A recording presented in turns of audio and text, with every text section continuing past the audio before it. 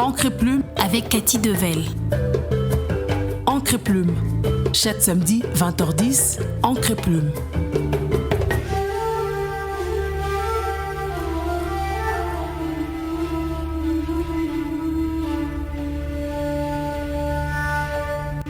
Grande notre joie de vous retrouver, fidèles auditeurs. Messieurs et dames, bonsoir. Bienvenue à ce nouveau numéro Encre et plume. Marc Kainda est l'invité de ce soir pour parler de son roman intitulé L'implacable Kinshasa, paru aux éditions Micon en 2021. Bonsoir, monsieur Marc Kainda. Bonsoir, madame. Comment Katia allez-vous? Devel. Je vais très très bien. Merci. Bienvenue dans Encre et plume. Oui, merci beaucoup, je vous remercie.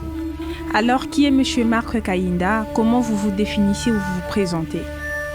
Moi, je suis un Africain, je suis un Congolais et j'ai passé mes études à la faculté des droits à l'université protestante au Congo. Et par après, j'ai quand même accumulé quelques expériences professionnelles dans certaines entreprises. Et pour le moment, ou pour maintenant, je peux me définir comme un écrivain tout court, je dirais. Un écrivain tout court. Oui.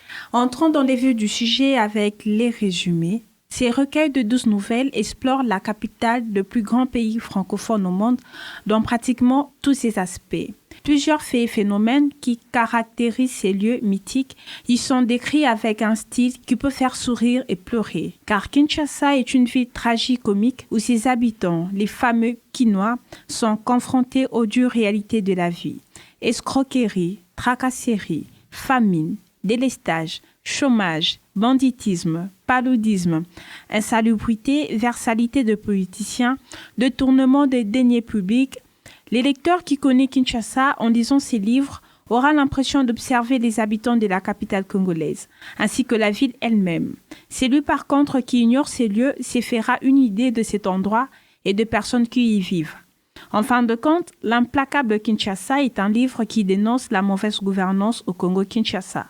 L'auteur s'en prend parfois avec virulence à la corruption et à l'incompétence qui colle à la peau des dirigeants de la RDC, causant ainsi d'énormes souffrances au sein de la population, le dérèglement de l'État. Tel est le résumé de L'implacable Kinshasa. La première question est M. Marc Kainda. Implacable qui signifie impitoyable, inflexible, terrible, fatal, irrésistible, inexorable, bref, un sens plutôt péjoratif. Le pourquoi du choix de ces titres? Il me fallait un titre comme toute œuvre littéraire ou tout comme tout livre. Et avec les histoires que j'avais écrites, je m'étais dit il fallait choisir justement un mot fort, un mot poignant, un mot un peu énigmatique qui justement ressemblerait aux réalités qui sévit dans la capitale de la République démocratique du Congo. Un mot plutôt négatif. Je dirais oui, c'est négatif puisqu'il est implacable, comme vous venez de le dire, il signifie quelque chose qui est impardonnable, quelque chose qui est dur, quelque chose qui est destructeur. Et c'est au fait ça la vie que la plupart des Kinois vivent. C'est plutôt fort comme titre. Si, c'est fort. C'est fort, au fait, ça reflète ce qui s'est vu. C'est les mots qu'il fallait choisir pour décrire Kinshasa.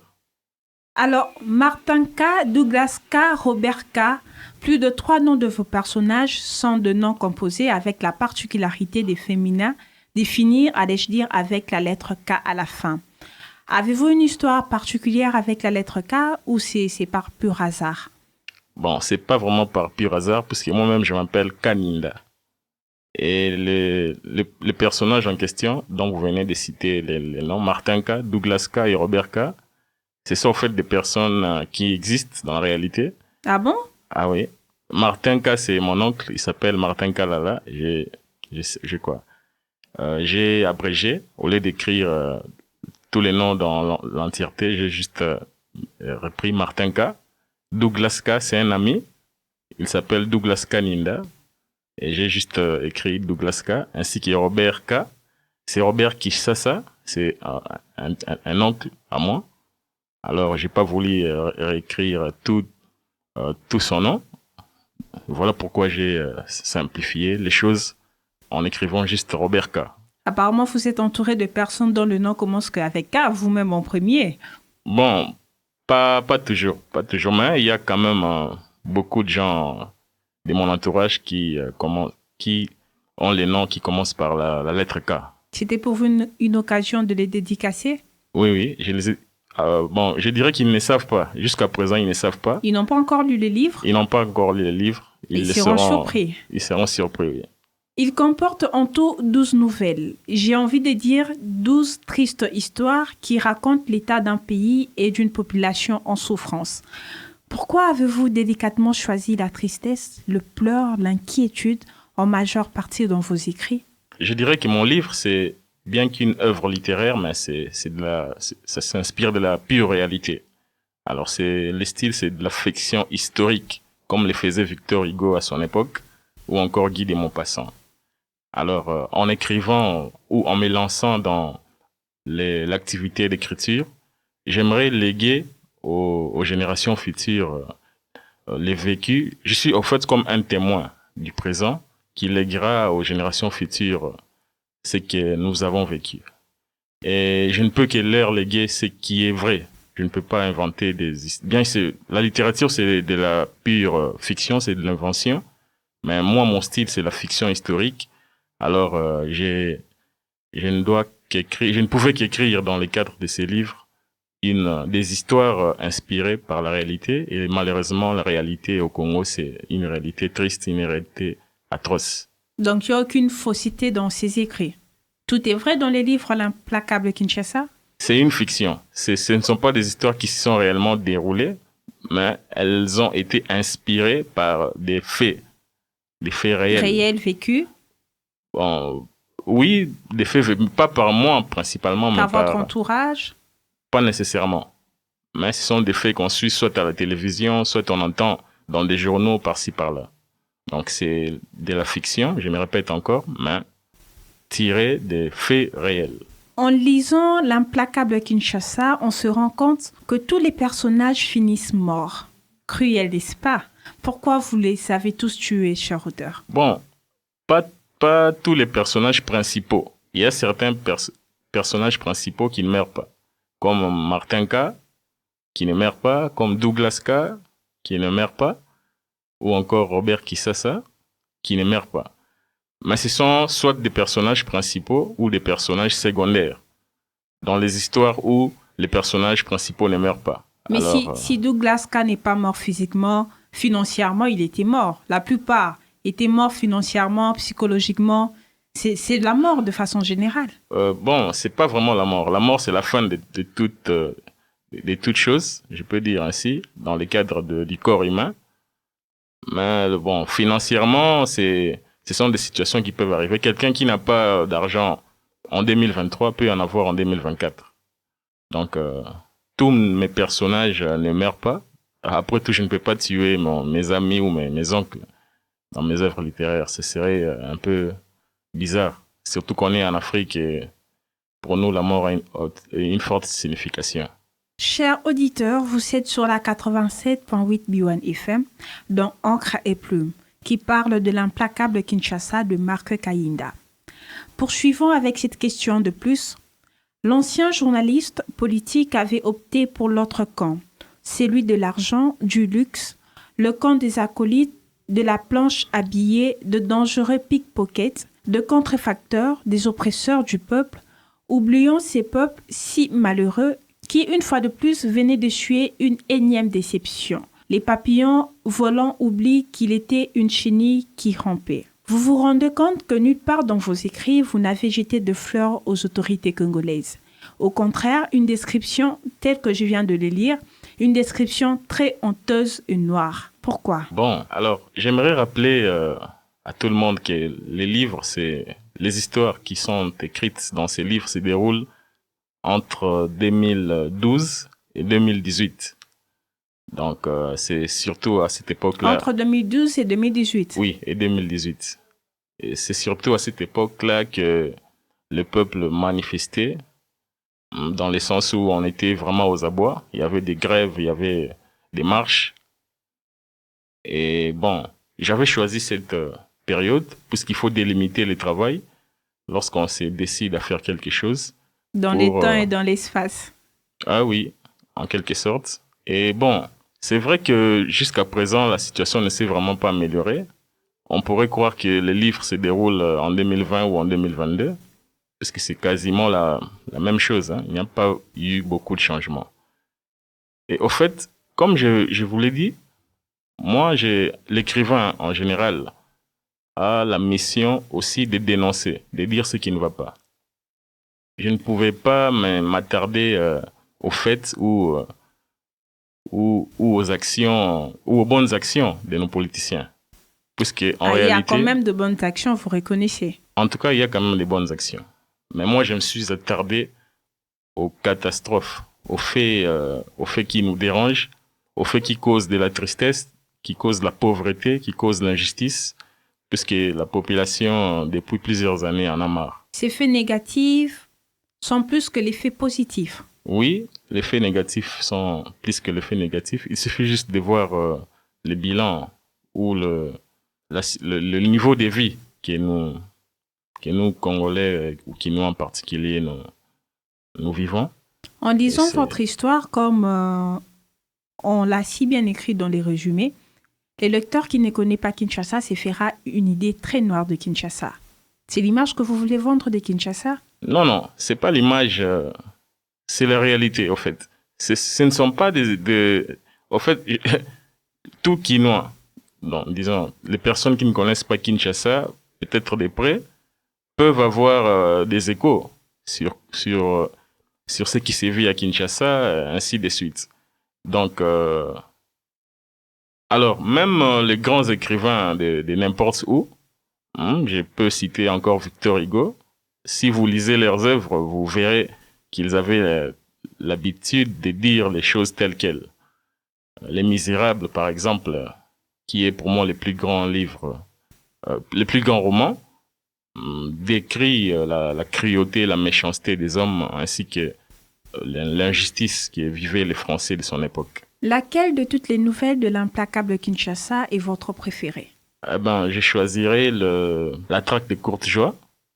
Oui, pourquoi? Puisque c'est une nouvelle qui met en scène quelques jeunes hommes qui étaient à la recherche d'un féticheur qui rendait les personnes de leur contrée fous. Alors, pourquoi j'ai choisi ça? C'est justement à cause de, je dirais, bon, je vais me répéter, les féticheurs qui rendaient les gens qui les consultaient fous. Au bout d'un moment. Normalement, on ne peut pas les poursuivre, puisque la sorcellerie ou la magie ne sont pas constitutifs des faits infractionnels, car il n'y a pas d'éléments matériels. C'est difficile ou carrément impossible qu'on poursuive un féticheur ou un sorcier devant les instances judiciaires.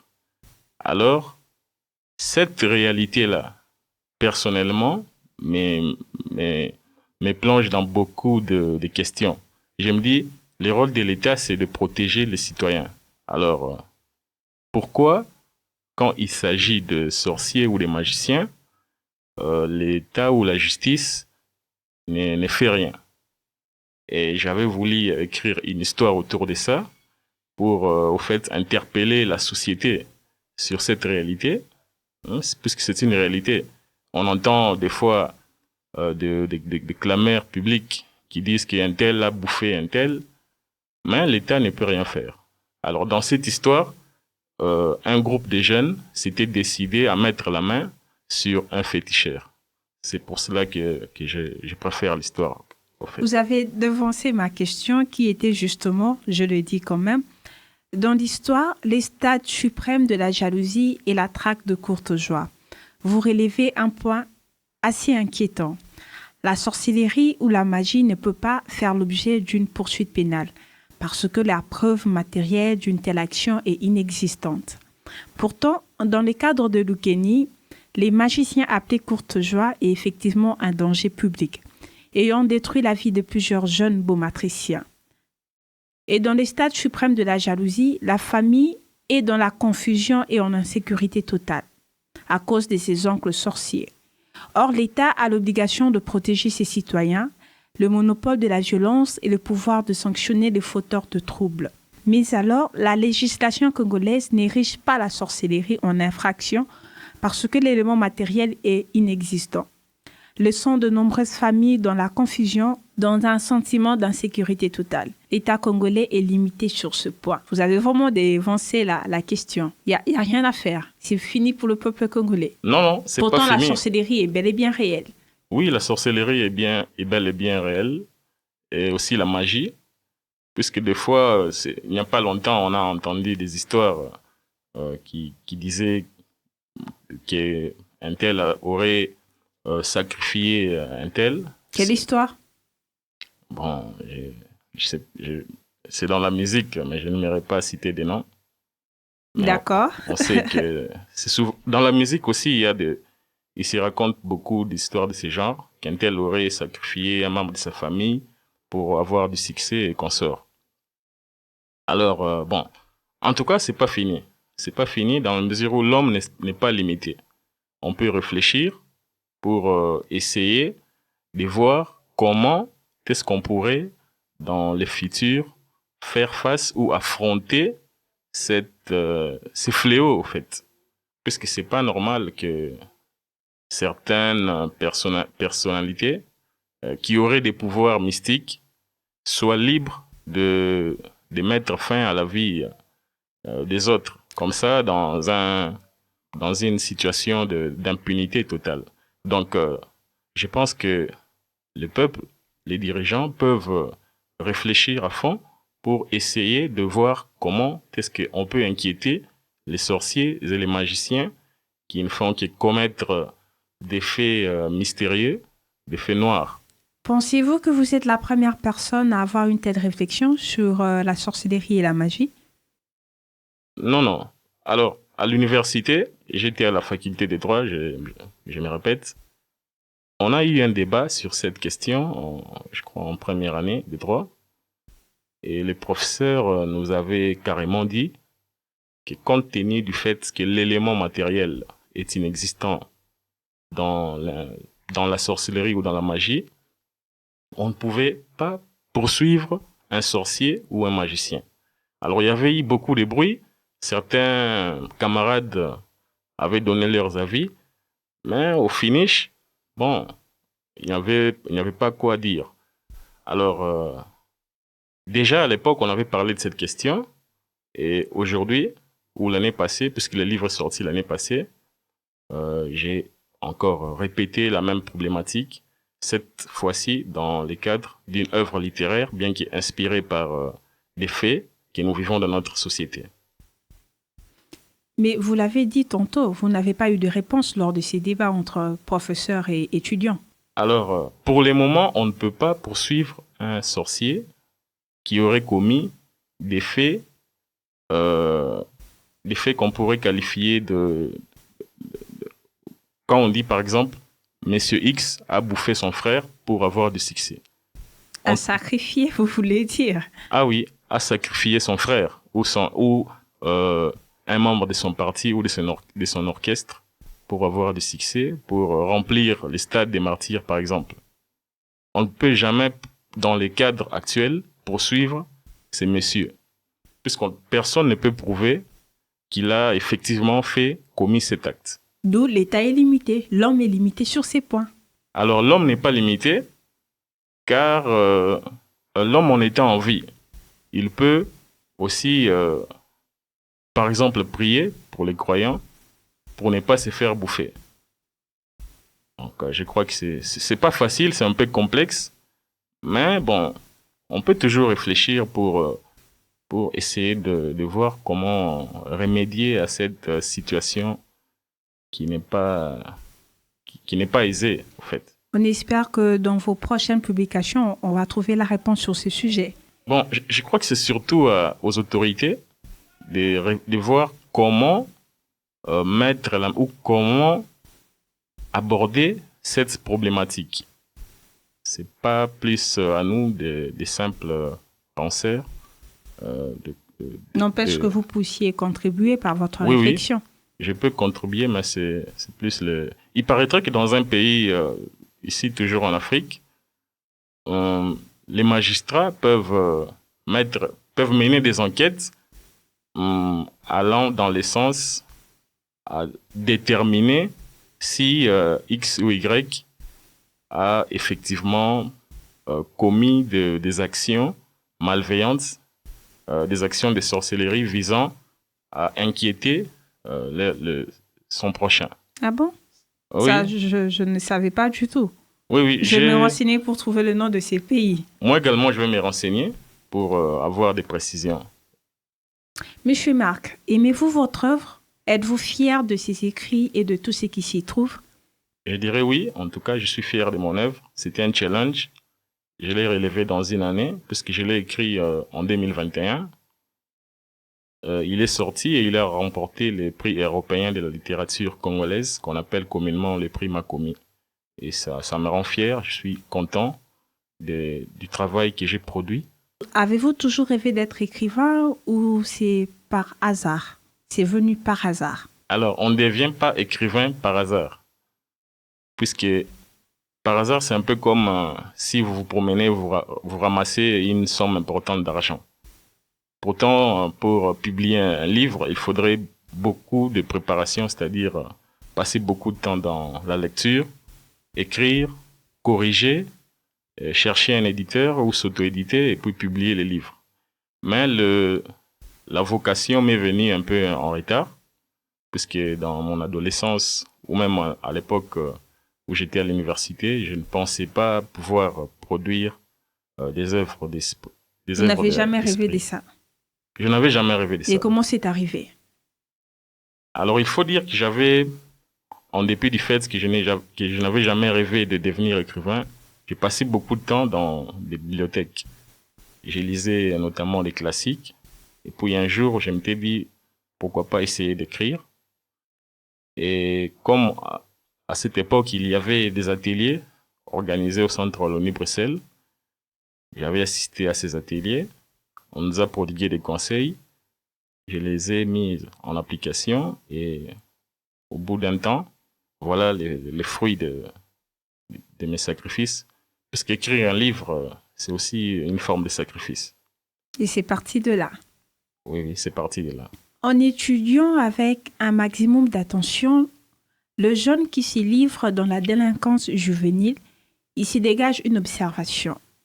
Ils sont, dans la grande majorité, issus des familles désœuvreuses.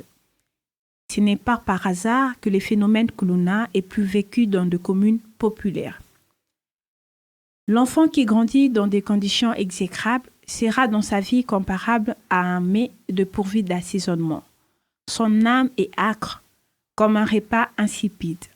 Les phénomènes Kuluna est le produit même de la mauvaise gouvernance. Les enfants Kuluna sont la création originelle de Kuluno en cravate. Ceci est un message fort envoyé par l'auteur. Un commentaire là-dessus, Monsieur Marc? Oui. Ce que vous venez de lire, c'est dans la nouvelle intitulée Les phénomènes Kuluna.